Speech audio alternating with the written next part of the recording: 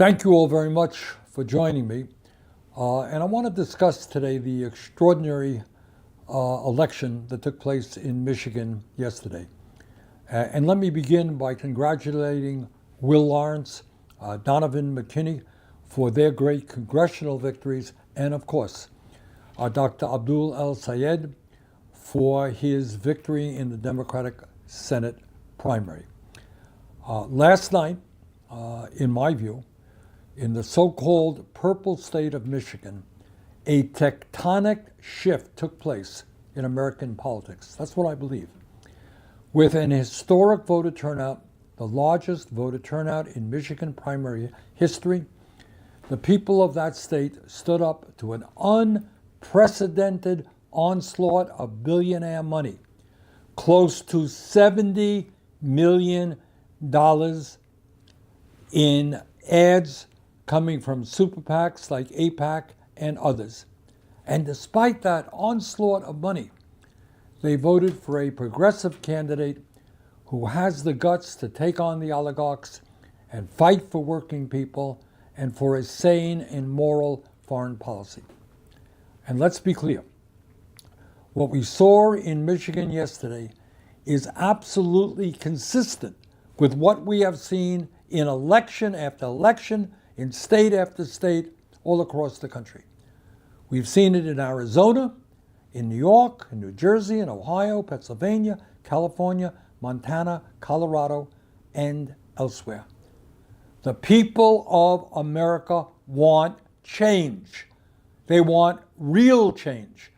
They understand that status quo politics and status quo policies do not work for them, just for the billionaire class. And what the American people are saying from coast to coast is we want a government that represents all of us, not just the 1%. And let's also be very clear. The American people are sick and tired of Trumpism.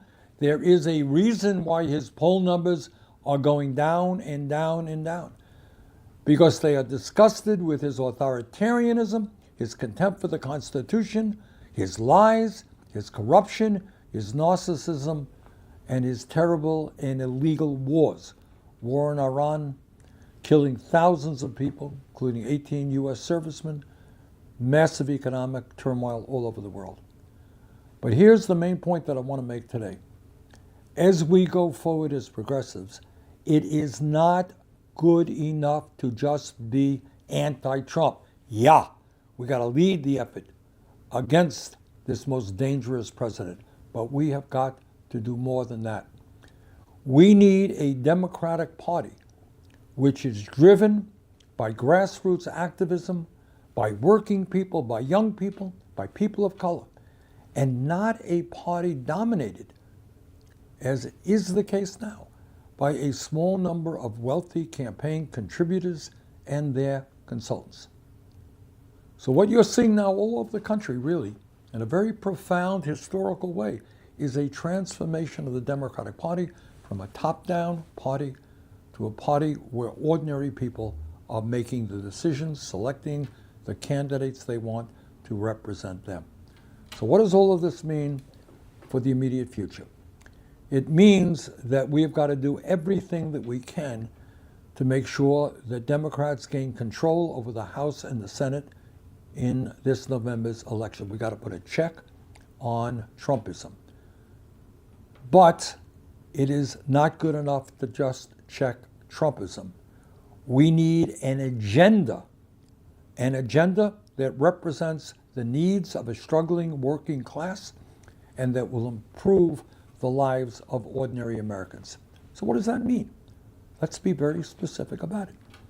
Anybody out there think that our healthcare system is working? Nobody does. Everybody knows it's broken. Everybody knows it's wildly expensive. It's dysfunctional. Well, you know what we have got to do as progressives? When Democrats gain control of the House and Senate, we've got to demand that at the very top of that agenda is the reality that we are going to pass Medicare for all and guarantee health care to every man, woman, and child in this country. That's what we've got to do. But we've got to do more than that. at a time when we have more income and wealth inequality than we've ever had in the history of this country. I hope you all know this. You know, we all studied the Gilded Age. Remember that in high school and in college? Rockefeller and Carnegie and Jay Gould and all those zillionaires, you know? What you got right now is far more unequal and extreme than existed during the Gilded Age. So what do? We got to tackle that income and wealth inequality, the power that the 1% have, by demanding, among other things, that billionaires and large corporations start paying their fair share of taxes. We're the richest country in the history of the world, but that doesn't mean anything if you got one guy, Mr. Musk, who owns more wealth than the bottom half of American households. All right? And then when we go forward and we pass legislation, we got to understand there are millions of people out there, maybe you, working for starvation wages. So what we've got to do is raise the federal minimum wage to a living wage, at least $20 an hour, maybe higher, and make it easier for workers to join unions. You want to join a union? You have the constitutional right, and your boss can't stop you. What else do we have to do? Well, just among other things, we got to end endless wars, you know? Never forget, please, that when I was a kid, the struggle was against the Vietnam War, which killed 59,000 Americans in the war and more when they came back home sleeping out on the streets of this country. All right? That war was based on a lie. Based on a lie. The war in Iraq, which I voted against when I was in Congress, based on a lie. The war in Iran, that Iran is going to have a nuclear weapon tomorrow and they're going to attack the United States, based on a lie. So we've got to stop endless wars. We have to stop excessive military spending, and we have to stop funding the extremist government of Israel, which has committed genocidal actions against the Palestinian people. We've got to stop that. We're going to start investing in our people, in housing, in education, in healthcare. What else does it mean? It means that we need an agenda which creates millions of good-paying union jobs by transforming our energy system away from fossil fuel. I don't have to explain to anybody. You're all reading about it, the heat waves existing in Europe, here in the United States, the drought, the forest fires. Guess what? The media may not talk about it. That's called climate change. And that's exactly what the climate scientists have been telling us is going to be happening. I want this country, and I think you want this country, not to do what Trump does, which is think that climate change is a hoax while the oil companies make billions. We want to lead the world in transforming our energy system away from fossil fuel into energy efficiencies and sustainable energy. We need to build millions of units of affordable housing so the 20 million households in this country are not spending half of their limited incomes on housing. We need to make sure that our young people, young couples, can own a home when they are young and not when they're middle-aged, which is the case right now. We need to create universal and free childcare. And we need to have public colleges and universities that are tuition free. Can we do that? Of course we can do that. We're the richest country in the history of the world. But what we need to do is tell the billionaire class they can't have it all. There's another issue out there that Democrats are going to have to address when they gain power in the House and the Senate. That is artificial intelligence, AI, and robotics. And that is a huge issue, which I don't have the time to get into at great length right now. But bottom line here is that this is the most transformational technology in the history of humanity. It can impact everybody in every way that you can imagine.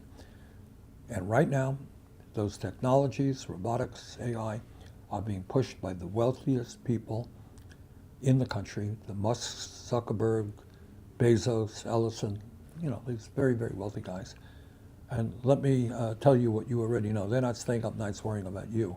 They're pushing these technologies because they want to become even richer and more powerful. But we got to say, sorry, ain't the way it's going to be. We will determine how AI and robotics unfold. And it's going to unfold to benefit human beings, not just make the big tech oligarchs even richer. Last point that I would make is that unless we get a handle on this money in politics business, there's not much that we're going to be able to do. Mr. Musk, the wealthiest guy on earth, spent $270 million to elect Donald Trump. Other Republican billionaires put an enormous amount of money. There were billionaires in the Democratic Party, not quite as many as in the Republican Party. They also influence campaigns in a very significant way. So we have got to get super PACs out of the political process. We've got to end Citizens United. We've got to move to public funding of elections. My dream, and I think your dream, is creating a vibrant democracy. One person, one vote. We debate issues, not where you have billionaires or super PACs like AIPAC flooding the airways with lying ads. So there is a lot on the table right now. But let me conclude by giving you some very good news and thank many of you for what you're doing in a very difficult moment in modern American history, maybe the most difficult that we've ever seen. Progressives are winning from one end of this country. The views that we hold, the future that we want to see for this country is, I think, being accepted and embraced by more and more Americans. So we are making progress. Yesterday was an extraordinary victory for us with Abdul's win, with Donovan's win, with Will's win in Michigan. It's on, by the way, to Minnesota next week, where a very strong and good progressive candidate, Peggy Flanagan, is running for the U.S. Senate. So let's do what we can to get her elected.